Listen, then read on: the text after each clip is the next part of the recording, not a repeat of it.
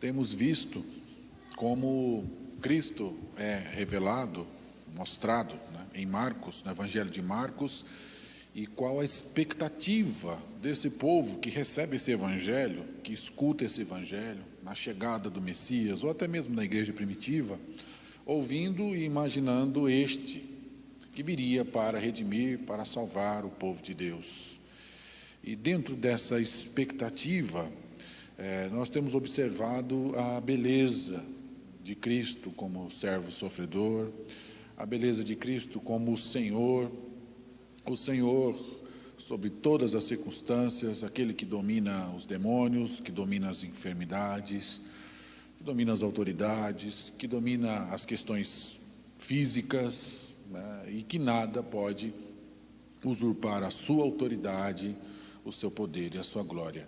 Isso nos remete a entendermos como estamos seguros diante desse poder, desse Senhor, da realidade da existência e da eficácia desse servo de Deus, que é o próprio Deus, enviado para salvar a sua igreja, enviado para salvar o seu povo. E em momentos como o que temos vivido, mundialmente falando, inseguros pela nossa vida, pela vida dos que gostamos, amamos e queremos, ou de simplesmente o nosso próximo, somos tentados a não enxergar ou não vermos adequadamente onde estamos, quem fomos feitos mediante a obra do nosso Senhor e Salvador Jesus Cristo. Eu quero te convidar a abrir a sua Bíblia no Salmo 127.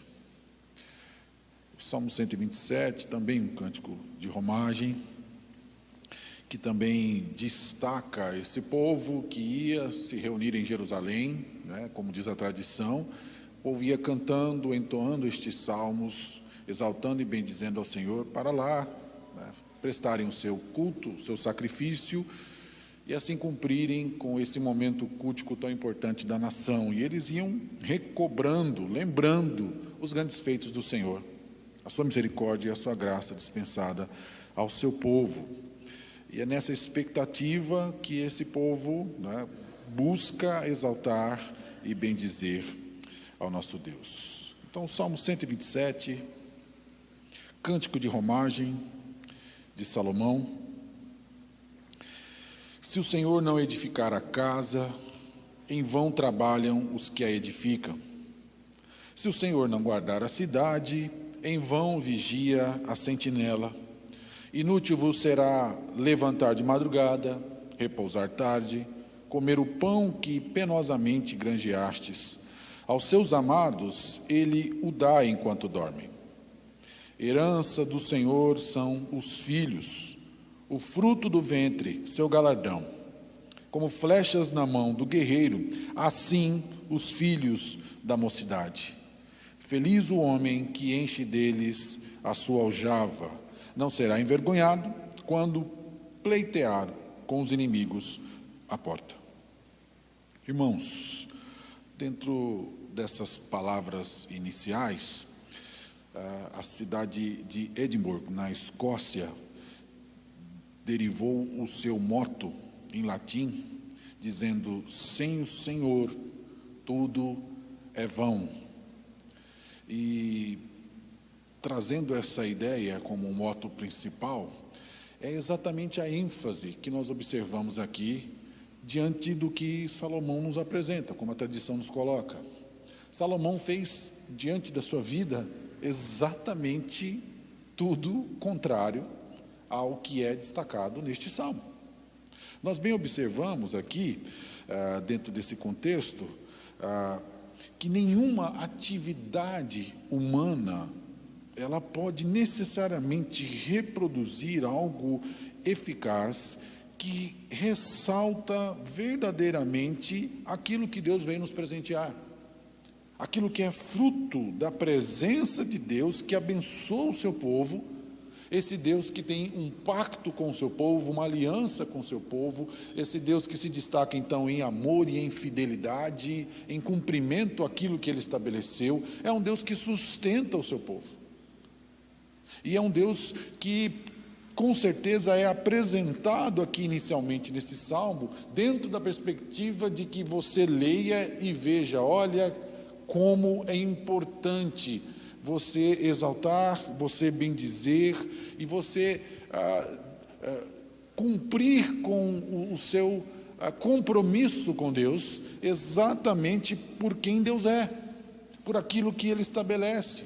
E neste salmo, então, notável dentro dessa característica, né, do Deus da aliança, daquele Deus que cuida do seu povo, daquele Deus que mostra ser o provedor, é tão importante contrastarmos dentro do próprio salmo a condição daqueles que não o fazem. Como é importante para nós, dentro dessa ideia, olharmos este salmo e vermos a construção de um pensamento sábio, de alguém que teme ao Senhor. O Salmo 127, ele vem mostrar categoricamente fundamentos mais do que suficientes para que eu e você leiamos e exaltemos e reforcemos o nosso compromisso com Deus, porque Ele é tudo isso e Ele faz tudo isso. E em outro momento poderemos falar no Salmo 128, que é a consequência de tudo isso, que é a consequência da bênção do Senhor sobre a nossa família, sobre o nosso lar, daqueles que temem ao Senhor. Então essa ideia de temer a Deus é fundamental e é tão destacada neste salmo. Este salmo nos mostra a futilidade da vida e a bênção de Deus, que são contrastes tão claros aqui. Aquele que é sábio consegue temer ao Senhor, claro, pela própria revelação de Deus, mas ele tem um incentivo piedoso em confiar ao Senhor, porque ele consegue vislumbrar quem Deus é e como Deus cuida daqueles que são seus.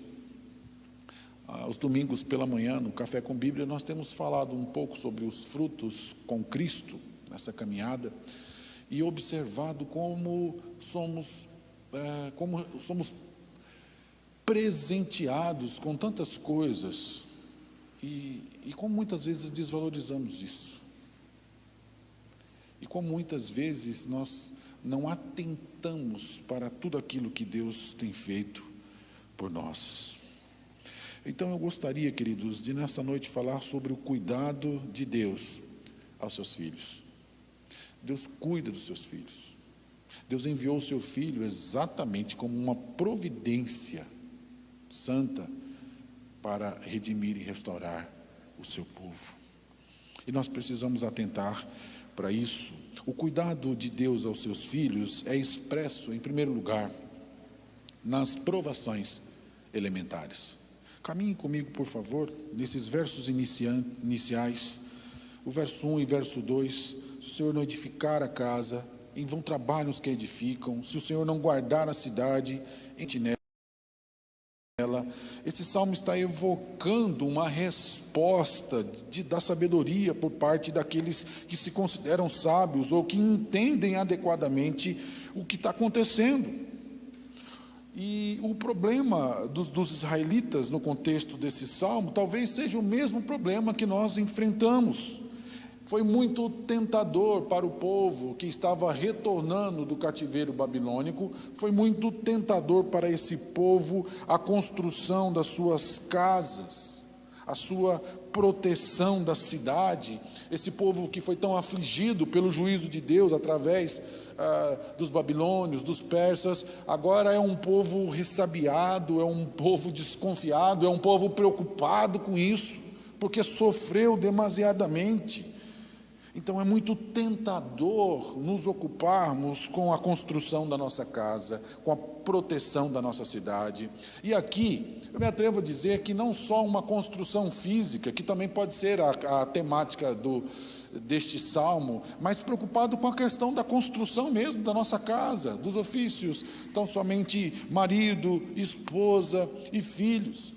E quando isso começa a tomar a nossa vida e nos impede de servirmos ao Senhor, todo esse tipo de preocupação, como se fôssemos necessariamente capacitados a cuidar e zelar por nós mesmos, tão somente por nós mesmos, da nossa casa, da nossa família, ou pela nossa própria força e intento construirmos a nossa casa, nós estaríamos sendo imprudentes. Porque se o Senhor não edificar a casa, o trabalho é inútil, o trabalho é vão. Eu não estou te advogando preguiça e necessariamente ficar esperando as coisas caírem do céu. Mas o que eu estou colocando dentro do entendimento do que o Salmo nos apresenta é que tudo aquilo que temos deve ser edificado diante do Senhor. Eu não posso preferir a construção de qualquer que seja a família ou até mesmo uma casa, necessariamente desprovido de uma confiança, de um cuidado e de um relacionamento com Deus. Isso precisa passar pelo Senhor. É Ele quem edifica, é Ele quem é o construtor adequado, é nele que tudo é aprovado, é nele que as coisas devem passar. Não posso simplesmente pelos meus ideais, pelas minhas vontades, pelos meus sonhos ou pelos meus desejos tentar edificar nada, porque nada persistirá sem que esteja edificado no Senhor.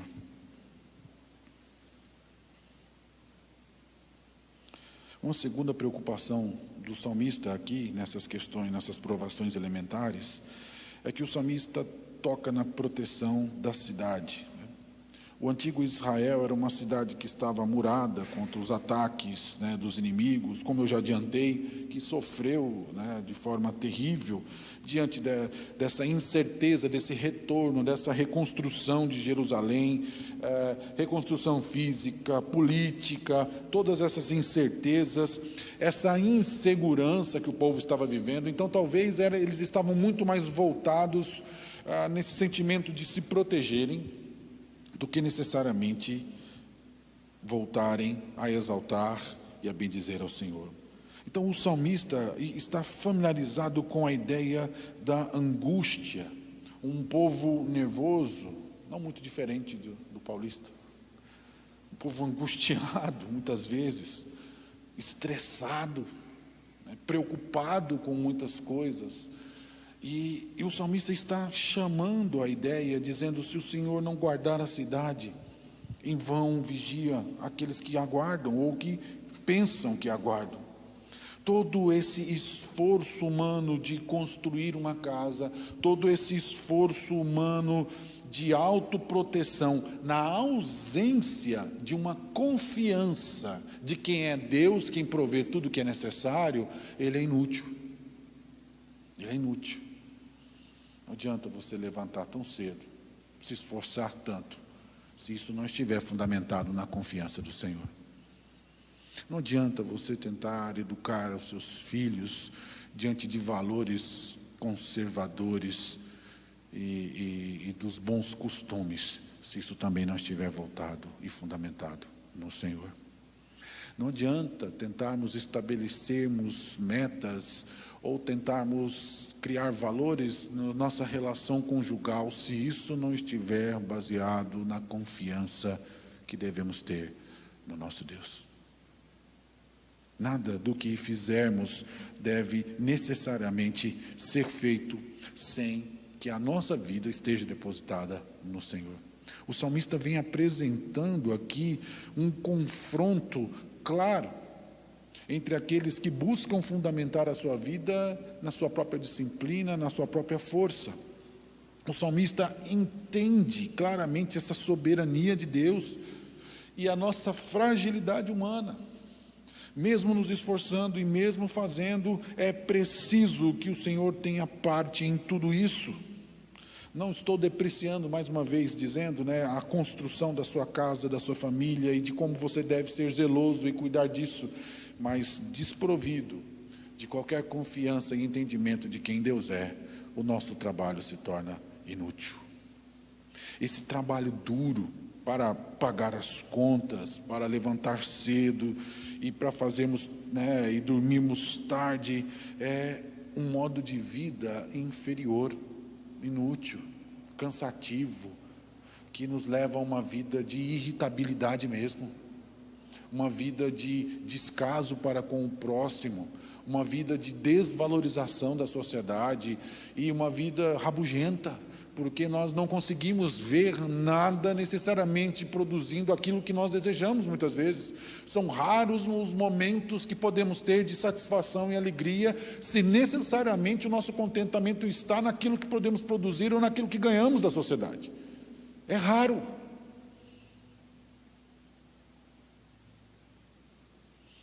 Mas quando confiamos no Senhor, então nós começamos a entender que tudo o que temos e que tudo o que é produzido por nós está fundamentado na própria bondade desse Deus da aliança, desse Deus que é fiel à sua palavra, desse Deus que cuida do seu povo e que protege o seu povo. Isso precisa nos fortalecer. O melhor modo de vida, a melhor filosofia de vida, vamos trazer assim, é aquela que inicia-se com a confiança em Deus. Mesmo que você esteja com boas intenções, com ótimos tutores, te trazendo vários investimentos financeiros que você possa fazer, se você não confiar em Deus, se Deus não for apresentado a você como o seu Redentor, como o seu Salvador, e você não confiar na sua providência, nada disso se sustenta ou tem validade. É isso que é apresentado inicialmente nesse salmo.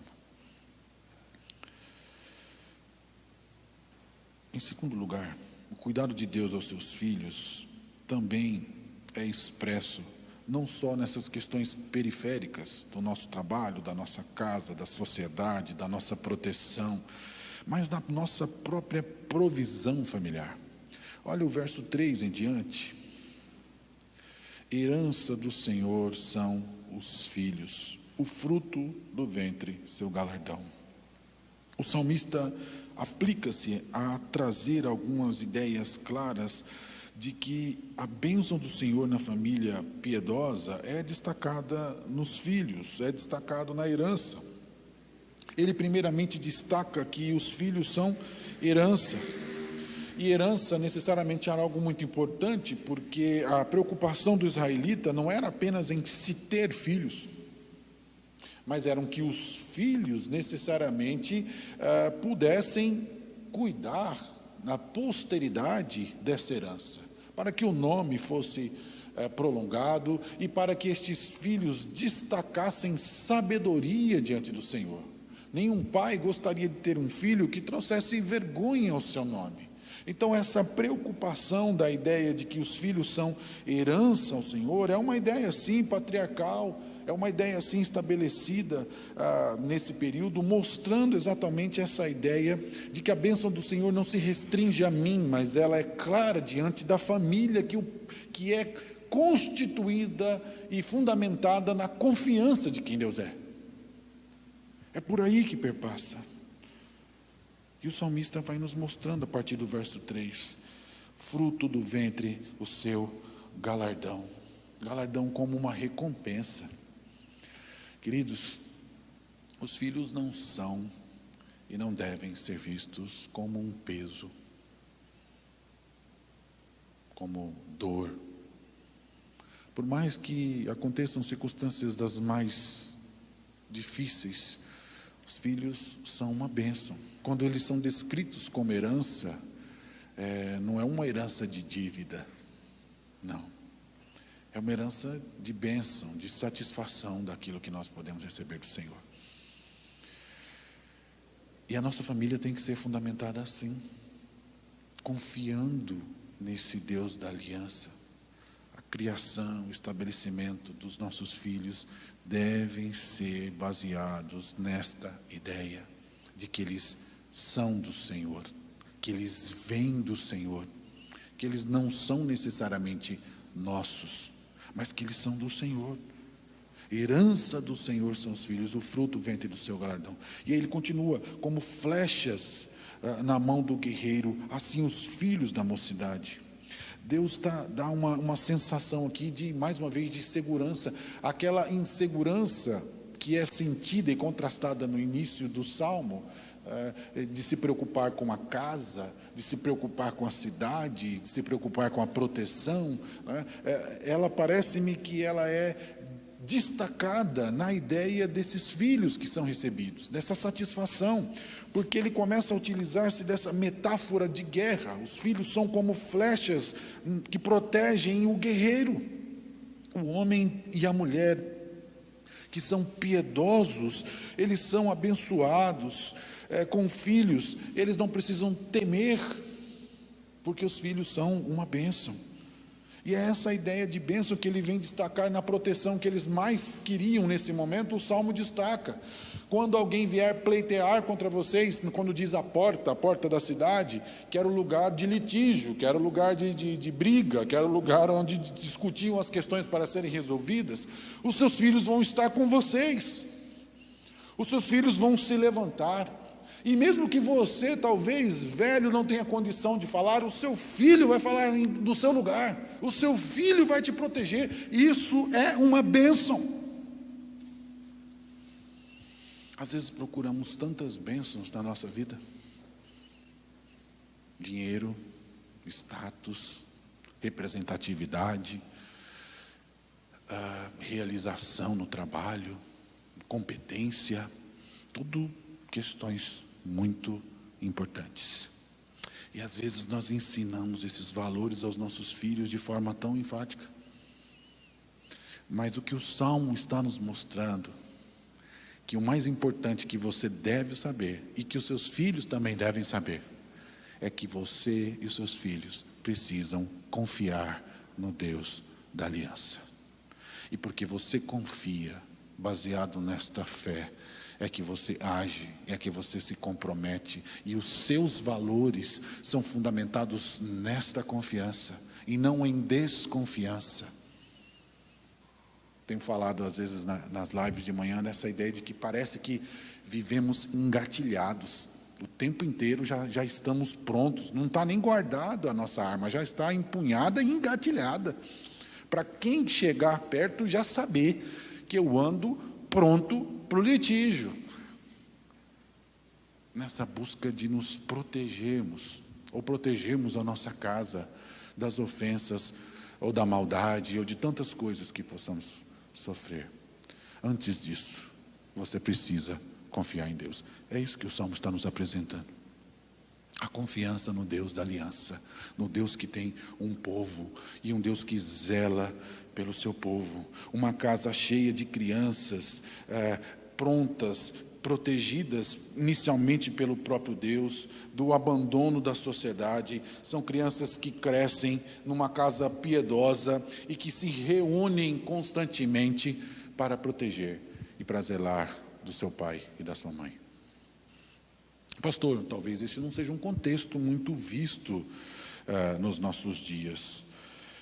Se ele não é visto, ele não é necessariamente adequado. Ele é necessariamente adequado. É esse o contexto do povo da aliança. Fora disso é uma exceção. Mas a ideia é que nosso povo, como um povo de Deus, é uma família que ama o Senhor, que confia ao Senhor, que educa os seus filhos nesse entendimento como prioridade máxima. Depois vem as outras coisas. Depois vem a escola, depois vem o inglês. Depois vem o entendimento da sociedade, depois vem tantas outras coisas que podemos fazer, depois vem a cultura, mas inicialmente, embrionariamente, apresentamos a nossa confiança em Deus.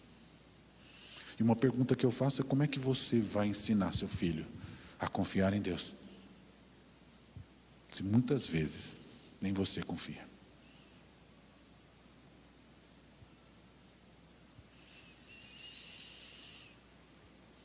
Nós observamos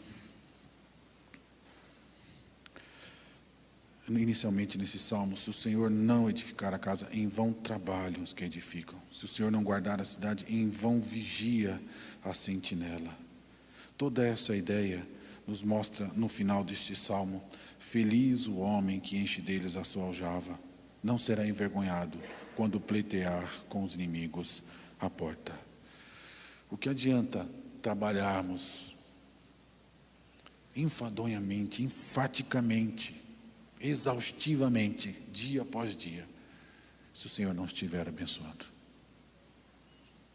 Vamos encher a nossa vida, família, de frustrações, de expectativas que eu criei e que eu tento impor na minha família, nos meus filhos, e não necessariamente na ideia máxima de que eu só estou aqui para fazer a vontade de Deus, que eu ainda estou vivo para adorar e para bendizer ao Senhor.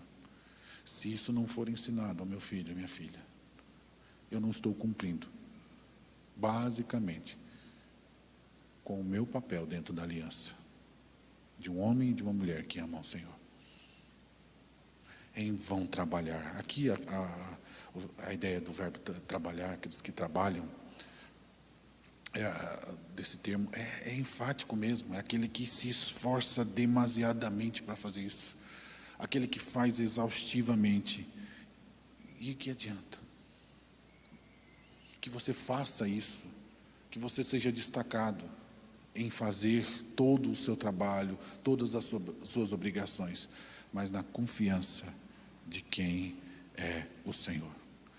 Lembre-se, é Ele quem edifica, é Ele quem protege, é Ele quem cuida, é Ele quem dá a herança, é Ele quem dá a alegria. Feliz o homem. A felicidade vem com aquilo que Deus dá, não é com aquilo que você conquista. É Deus quem dá isso. E que toda a nossa alegria e que o nosso contentamento esteja naquilo que Deus dá. Quanto Deus nos tem concedido e quanta infidelidade e insatisfação muitas vezes temos vivido exatamente por não valorizar. Tome o meu fardo, porque o meu fardo é leve, porque é Ele quem edifica, porque é Ele quem dá herança, porque é Ele quem protege, não é você. E se eu e você não descansarmos em Deus, porque é isso que esse salmo aflito, não sabe mais o que fazer, é preciso voltar naquele que é a providência de todas as coisas, que cuida, que zela do seu povo. Neste entendimento, nós vamos passar por toda e qualquer circunstância, felizes, não envergonhados, mas quebrantados, porque nada podemos fazer, e Ele é quem pode todas as coisas. Vamos orar.